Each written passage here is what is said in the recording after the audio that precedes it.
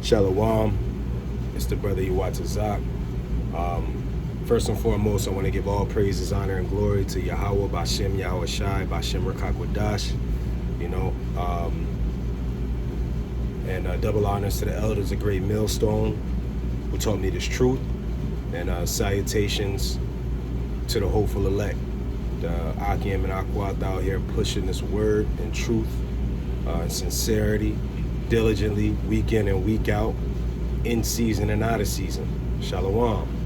Special shout out to the brothers from Servants of the Throne who I camp with, and peace and salutations to y'all and y'all families.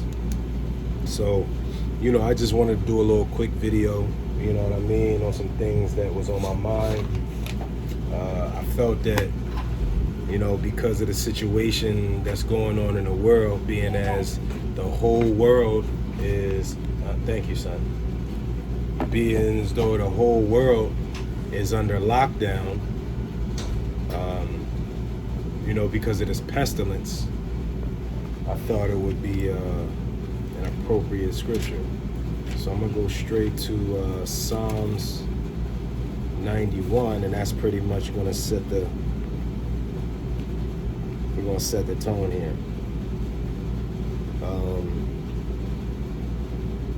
It says, I'm gonna just start at 1. It says, "He that dwelleth in the secret place of the Most High shall abide under the shadow of the Almighty. I will say of the Lord, He is my refuge and my fortress, my power. In Him I will trust. Surely He shall deliver thee from the snare of the fowler and from the noisome pestilence." So basically, it's just saying, that's David writing, and he's saying that, despite the calamities that could be going on around you, whether it be, wars or some type of folly or pestilence and whatnot, that the Lord is the refuge, trusting in the Lord and in His word and in His power. He said, "I am not a man that I should lie," Also, it says that the name of the Lord is a strong tower, and whoever runs into it shall be safe. And a lot of cats nowadays is, they bugging out. So it's appropriate that they would make bug out bags, get in a doomsday prepper bag, you know what I'm saying? And they really thinking that they can do something to save their life. And to me, and I know that the other brothers, that's funny to me, because to lean on a physical thing or any type of, carnal preparation is not going to help you in this time to come. It don't matter how much water and food you got stocked up. It don't matter how many guns you have. It don't matter how many years you was in the military or how many years you've been prepping for this. If the Lord going to take you, He going to take you. If He wants you to get caught up in this destruction that's at hand, you're going to get caught up in this destruction, So the best thing you could do is lean on the power of the Most High God, Yahweh or Yahweh Shai, which those are the real names of the Father whom the world calls God and His Son whom the world calls Jesus. All right? That's Yahweh, who the world calls God, and Yahweh Shai, whom the world calls Jesus. All right? So I'm going to keep going on that. Or just to reiterate, I should say, on verse 3, "Surely He shall deliver thee from the snare of the fowler and from the noisome of pestilence." So, you have that example in the scriptures plenty of times. I mean, hell, the children of Israel was under the slavery of the Egyptians. The Lord delivered them in the strangest fashion, only to be rivaled by the next Exodus, but that's another topic. Even before that, you had Joseph, who was sold into slavery by his brothers, and while in jail, the Lord delivered him and made him the second ruler of all Egypt. Matter of fact, if you go into the history, that's exactly why Egypt was great, was because of Joseph and his the Lord put the spirit on him to help build up that great nation. And if you go deeper into the history, you find out that's where Israel actually first flourished as a nation.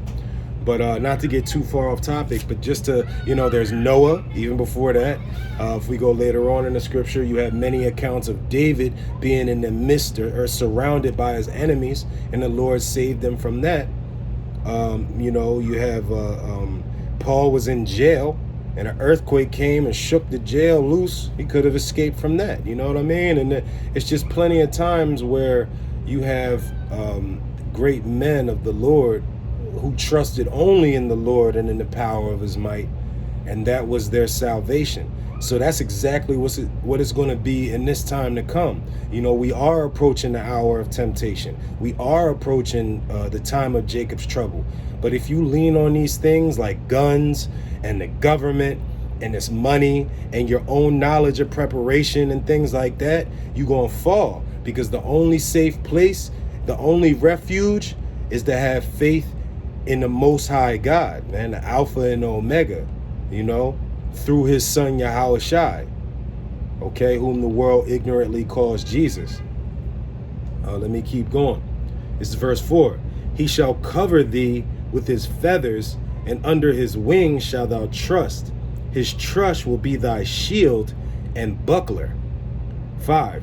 Thou shalt not be afraid for the terror by night, nor for the arrow that flieth by day. 6. Nor for the pestilence that walketh in darkness, nor for the destruction that wasteth at noonday. All right. So basically, if you have trust in the Lord, what else can you fear? It's a scripture, and I don't have it on hand, but it says, if the Lord is with me, who can stand against me? And it doesn't matter. I mean, you literally, will have to stand bold as a lion out here, trusting in nothing but faith. And that faith is coming to the point where it's going to surely be tested. You know what I mean? So it's a lot of people out here screaming faith, faith, but once the shit hit the fan, you're going to see what they really believe in. Okay? It's pestilence going on right now. All right? The arrows is flying by day. You got cops killing each other. You got cops killing Jake. You got Jake killing each other. Okay? Pestilences in the food. It's all type of airborne diseases. And I know the world is, they dismayed at COVID-19, the so-called coronavirus, which to me seems like the common cold, because it killed just as many people as the common cold, but nowhere near as much as the flu. Nowhere near as much as, half these other pestilences that you should have been washing your hands to avoid anyway. You should be leading a clean lifestyle, eating clean, and watching yourself. Hold on, son. We lost that blanket. Where you go? Well, what are y'all doing in the car? Listen, I'm doing a video, guys, okay? Chill out for a second. Okay, I understand. I'll get it later. Don't worry about it. I'm doing a video, okay? Really high. Okay, all right. Okay, son, I'm doing a video. Please let me, all right? Go ahead and play. Salakia Akim. Go ahead. All right. It says 1,000 shall fall at thy side, and 10,000 at thy right hand, but it shall not come nigh thee. All right. So the Lord has his elect in place, man. And those men are believing in the faith, and they have faith and they know the name of the Most High, and they going to believe on him and believe on that name. And it's going to be a refuge. It's going to be that strong tower, so that we going to see everybody get taken by these pestilences, by the sword and all of this. But it's not going to come near us through faith. You know what I mean? And that's not to say that, we're not susceptible to these things. It tells you in the scriptures that some of us will be beheaded for the faith. Some of us will become martyrs. Even if some of us do catch some type of pestilence and die, we're going to still endure to the end, because it say those who endure to the end, the same shall be saved. All right. It says, only with thy eyes shalt thou behold and see the reward of the wicked. Because trust and believe, the things that you're seeing right now happening on the earth, it is judgment. The Lord is judging this place. And this is just the beginning of sorrows. All right. So if you think this is bad, man, listen, it ain't nothing compared to what's to come. All right. And, you you got us brothers out here, you know, and some sisters out here, and we doing this work, you know, as far as pushing this truth, pushing this word, because we really showing love to our people, you know, by way of the Most High, Yahweh, Yahweh Shai. It's in our spirit to want to see our people wake up, you know what I mean, and not be destroyed. Okay, this is Baruch 2:30. It says, "For I knew they would not hear me, because it is a stiff-necked people." That's talking about you Israelites. All right, you blacks, Latinos, and so-called Native Americans, and a lot of Israelites are also look like other nations: Chinese, white men, Africans, Korean, whatever. You know, because it goes through the seed line, the bloodline. This ain't about color. All right. But anyway, it says, "But in the land of their captivities, they shall remember themselves." All right. So we in the land of our captivity of America. Everybody, all the blacks, Latinos, and so-called Native Americans were in captivity before the so-called modern society, which in reality, we still in captivity. But the point is that Jake's stiff-necked, man. A lot of cats don't want to hear this, you know? And for that, they're going to be destroyed. But, you know, it's certain people that the Lord put in their spirit to go ahead and push this word so that we could wake up a remnant of our people, right? Because it's just time to wake up. If you don't see that there's something more going on right now, you're in a bad position, man. If you believe in the Most High God, you need to pray every day that he take them scales off your eyes so that you can see these things and know where to run and what to believe in, because it's fitting to get real bad, you know?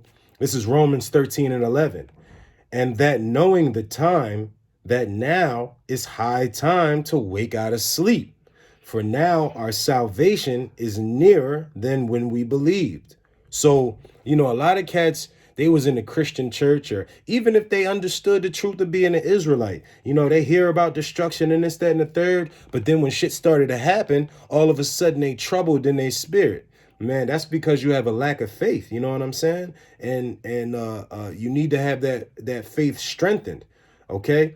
Because we not in the time really to be distracted, you know, and that's what a lot of cats is doing. They looking for entertainment. They looking for some type of distraction. They getting high, getting drunk on all these different drugs, and you know, they giving unto drunkenness. You know, they giving into social media and the different philosophies, and really they're sinking back into their worldly ways to try to find comfort during this time. All right. And that's a trick of the enemy.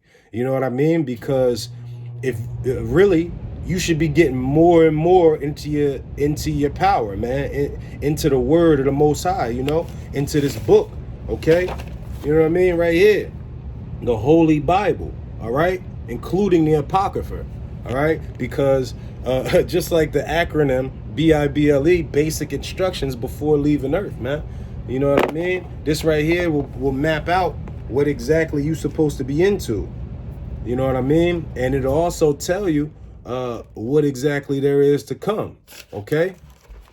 So, you know, you got to take heed, man. I'm not the only one, man. Once the hopeful elect is out here and they seal, and the Lord has his men who he wants to save, and they hear this world, man, listen, it's over. Okay? And this is only for Israel, by the way. But that's a whole different topic. All right. I got some other scriptures here I wanted to bring out. Okay, this is Romans 12:3. It says, "For I say, through the grace given unto me, to every man that is among you, not to think of himself more highly than he ought to think, but to think soberly, according as Yahweh had dealt to every man a measure of faith. For as we have many members in one body, and all members have not the same office." All right. So basically, you know, it's not to say that every person who believes is going to be on the front lines or is going to be, you know, has the best speech or anything like that to push it. But some way you got to push this word, man. You got to if you love your people, you going to spread the word. All right, because it's high time to wake out of sleep. You know what I mean? And you're supposed to be trying to gather the lost sheep of Israel. All right. So that's just a word of encouragement. You know, iron sharpens iron. All right. So for you brothers who got people around you who on the fence, man, you got to compel them. It's a scripture that says, a wise man maketh knowledge appealing, but a fool bellow out foolishness. All right. So it's time to be in your study bag, you know. You all got all the time in the world in complete lockdown. So it's time to get in your bag, do your diligence, and you know, study so that you can show thyself approved for real, for real. All right. You know, and really once you get yourself you know, I broke out in the last one of my last videos that to endure means to long suffering, to suffer the pain, to be hardened. All right. That's an allegory to to iron. All right. You want to be hard as iron out here. Same with your brethren, because iron sharpen iron. All right. So the sharper you become, the sharper your brethren become. Matter of fact, I'm gonna bring that out, and that's what I'm gonna end it on. All right. This is Psalms 27:17. Or excuse me, this is I meant to go to Proverbs. I'm sorry, Salakia.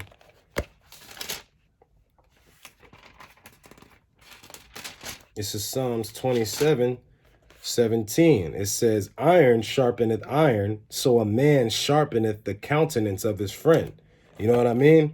So, you know what I mean? Build up each other's faith while building your own. We all ain't got the same faith. Faith is a gift.